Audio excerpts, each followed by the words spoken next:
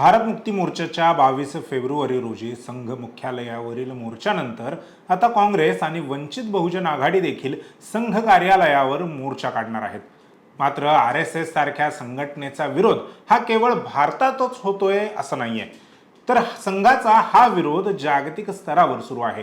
प्रधानमंत्री नरेंद्र मोदी यांनी संघाला जागतिक स्तरावरील सर्वात मोठी NGO जरी म्हटलं असलं तरी भारतातील बहुजन वर्ग या संघटनेला जातीयवादी ब्राह्मणवादी संघटना म्हणूनच बघत आलेला आहे।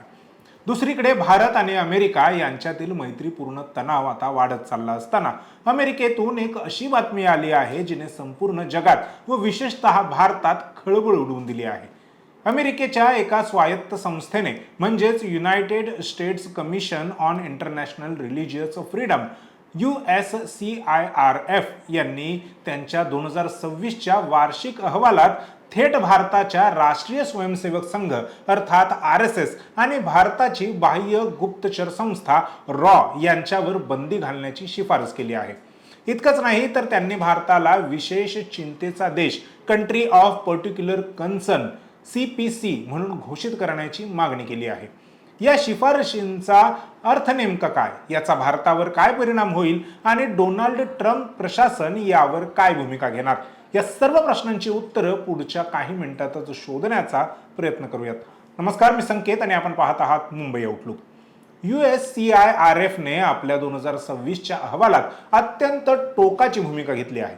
त्यांनी अमेरिकन सरकारला सुचवले आहे की RSS आणि रॉ यांसारख्या संस्थांच्या सदस्यांना अमेरिकेत प्रवेश नाकारला जावा।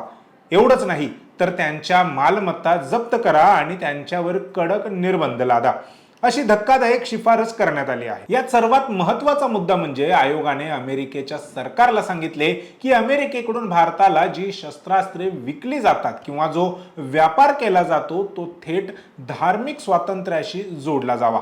सोप्या भाषेत सांगायचं झालं तर जर भारताने धार्मिक स्वातंत्र्याच्या बाबतीत अमेरिकेच्या अटी पाळल्या तर आणि तरच शस्त्रास्त्रे द्यावीत, अन्यथा नाही।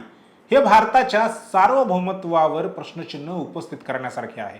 याआधी डोनाल्ड ट्रम्प यांनी भारताने कोणाकडून तेल विकत घ्यावे हे ठरवलेले असताना आता पुन्हा अशा अटींच्या शिफारशी डोनाल्ड ट्रम्प यांच्या समोर येत आहेत। हे पाहणे देखील महत्त्वाचे आहे की या आयोगाने भारतावर नक्की काय आरोप केले आहेत। अहवालात काही विशिष्ट घटनांचा उल्लेख करण्यात आला आहे। आयोगाच्या मते भारतात हिंदू राष्ट्रवादी संघटनांनी मुस्लिम आणि ख्रिश्चन समुदायांवर हल्ले केले आणि पोलिसांनी त्यावर कोणतीही कारवाई केली नाही। भारतातील 12 राज्यांमध्ये असलेल्या धर्मांतर विरोधी कायद्यांवर आयोगाने आक्षेप घेतला आहे।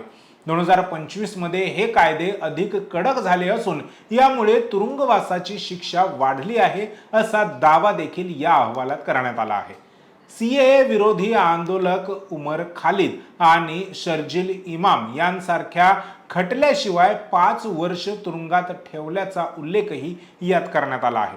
मार्च 2025 मध्ये औरंगजेबाच्या कबरीवरून महाराष्ट्रात झालेल्या दंगली, ओडिशात ख्रिश्चन कुटुंबावर झालेले हल्ले आणि काश्मीरमध्ये पर्यटकांवर झालेला हल्ला यांसारख्या घटनांचा हवाला देत आयोगाने भारतात धार्मिक असहिष्णुता वाढल्याचे म्हटले आहे। 40 रोहिंग्या निर्वासितांना समुद्रात फेकल्याचा आणि आसाममधील बंगाली मुस्लिमांना बांगलादेशात पाठवल्याचा गंभीर आरोपही या अहवालात करण्यात आला आहे। याशिवाय वक्फ विधेयक आणि उत्तराखंडमधील मदरसा बोर्ड रद्द करण्याच्या निर्णयावरही आयोगाने भारताच्या केंद्र सरकारवर टीका केली आहे। आयोगाने भारताला विशेष चिंतेचा देश country of particular concern CPC घोषित करण्याची शिफारस केली आहे। ही सलग 7वी वेळ आहे जेव्हा भारतासाठी अशी शिफारस करण्यात आली आहे। CPC या यादीत अशा देशांचा समावेश केला जातो जिथे धार्मिक स्वातंत्र्याचे गंभीर आणि सातत्यपूर्ण उल्लंघन होत असते। या यादीत भारतासोबतच अफगाणिस्तान, चीन, इराण, पाकिस्तान आणि रशिया यांसारख्या एकूण 18 देशांचा समावेश करण्याची मागणी करण्यात आली आहे। भारतासारख्या लोकशाही देशाला अशा हुकुमशाही देशांच्या रांगेत उभे करण्याचा हा प्रयत्न अत्यंत वादग्रस्त मानला जात आहे। त्यावरून भारतात मात्र वेगळीच चर्चा सुरू झाली आहे की काय भारत लोकशाही असलेला देश आता राहिलेला नाही। हे सगळं ऐकल्यावर तुमच्या मनात प्रश्न आला असेल की ही संस्था नक्की आहे तरी काय। USCIRF ची स्थापना ही 1998 मध्ये अमेरिकन काँग्रेसने एका कायद्याद्वारे केली होती. ही एक स्वायत्त आणि द्विपक्षीय संस्था आहे. यांचे मुख्य काम म्हणजे जगभरातील धार्मिक स्वातंत्र्यावर लक्ष ठेवणे आणि अमेरिकन राष्ट्राध्यक्ष, सेक्रेटरी ऑफ स्टेट आणि काँग्रेसला धोरणात्मक शिफारस पाठवणे.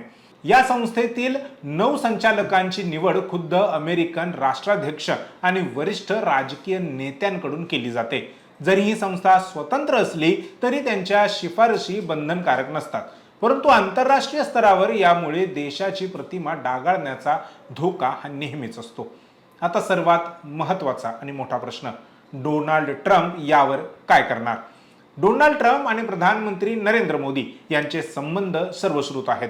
मात्र हल्लीच्या काही घडामोडी बघितल्यावर लक्षात येते की मोदी हे ट्रम्प यांच्या प्रचंड दबावात आहेत आणि भारतातील विरोधी पक्षांनी यावरून PM मोदी यांना धारेवर धरण्याचं काम केलं आहे. तरीही या आधीच्या काळात जेव्हा अशा शिफारसी आल्या होत्या तेव्हा अमेरिकन प्रशासनाने त्या फेटाळून लावल्या होत्या. ट्रम्प यांचे धोरण हे सहसा व्यापार आणि संरक्षण यांवर प्राधान्य देणारे असते. ते भारतासारख्या महत्त्वाच्या धोरणात्मक पार्टनरला अशा प्रकारच्या निर्बंधांनी दुखावतील असं सध्या तरी वाटत नाही. तरीही अमेरिकन संसदेतील काही लोक आणि मानवाधिकार संघटनांचा दबाव ट्रम्प यांच्यावर नक्कीच असेल. भारत नेहमीच अशा अहवालांना पूर्वग्रह दूषित आणि भारताच्या अंतर्गत बाबींमध्ये हस्तक्षेप असं म्हणून फेटाळत आलेला आहे आणि यावेळीही भारताने तेच केलं. अमेरिकन आयोगाचा हा अहवाल केवळ धार्मिक स्वातंत्र्यापुरता मर्यादित नाही, तर तो भारताच्या जागतिक प्रतिमेला धक्का लावण्यास मदत करणारा वाटतो. रॉ सारख्या सुरक्षा यंत्रणेवर बंदीची मागणी करणे हे अत्यंत गंभीर आहे. मात्र RSS वर बंदी घालण्याची मागणी भारतातही वारंवार होत आहे. भारत आता याला कसे प्रत्युत्तर देतो हे पाहणे महत्त्वाचे ठरेल. अमेरिकन आयोगाने केलेले हे आरोप तथ्यपूर्ण आहेत का, की हा भारताला दबावाखाली आणण्याचा जागतिक डाव आहे आणि डोनाल्ड ट्रम्प यांनी या शिफारशींकडे दुर्लक्ष करावे का, या संदर्भातील वेगळी चर्चा सध्या समाज माध्यमांवर सुरू आहे. तुम्हाला या सर्व गोष्टींवर काय वाटतं? तुमच्या प्रतिक्रिया कमेंट्समध्ये कळवा.